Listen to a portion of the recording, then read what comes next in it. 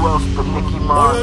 Sir, Halika nga rito. bakit po? Sumama ka muna sa amin sa presinto. Sandali lang po. Huwag ka na magpaliwanag. Hindi po ako Ikaw yun, ang sir. tinuturo. Maraming Nagkakamali po testigo. kayo, sir. Hindi po ako yun. Tignan mo, ang dami mong tato. Oo nga Di ba po. kalalaya mo lang? Magbabago na po ako, sir. Huwag naman kayong ganyan.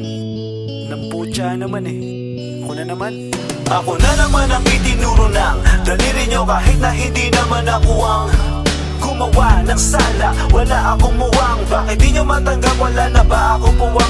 Kayo lang ba ang pwede? Kayo lang ba ang swerte? Habang ako tagmalas palaging nadadali dahil galing sa loob, hindi ko na mababago at mabubura ang bahid sa aking dating pagkatao. O ano, kung merong pinatay, ninakaw ang kinahasa sa kabilang kanto. Hindi nga ako yun, huwag kayo magtuturo. Ang kasalanan inaatang nyo ay di basta laro. Huwag magbibiro, gusto ko na kasing magseryoso. Sa buhay ko ayoko nang bumalik sa kalaboso. Di porket ako'y bordado ng katok, tila kinain ng manok. Ang pagkatao ko'y hindi nyo malunok. Huwag ganon. Sadyang may mga taong mapanudyot, mapanghusga sa tuwid mo't pagkakamali.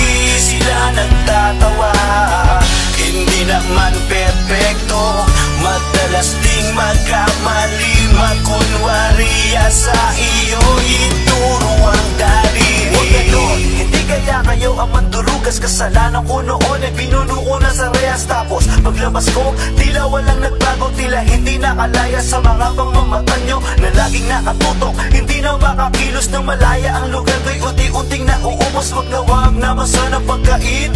Narapat ako na magbago kahit maliit lang ang tsansa. Ako nang didistansya, ako nang lalayo. Sige sa akin magpasensya kahit di ko kasalanan na makipaghalubilo sa mga tao na malaya. Gusto ko rin humalo at tanasin na baguhin ang pangalawang buhay. Wala kayong karapatang pagtaasan ako ng kilay. Hindi kayo perfecto, dapat nyo yung malaman. Wala taong isinilang na hindi nagkasalanan.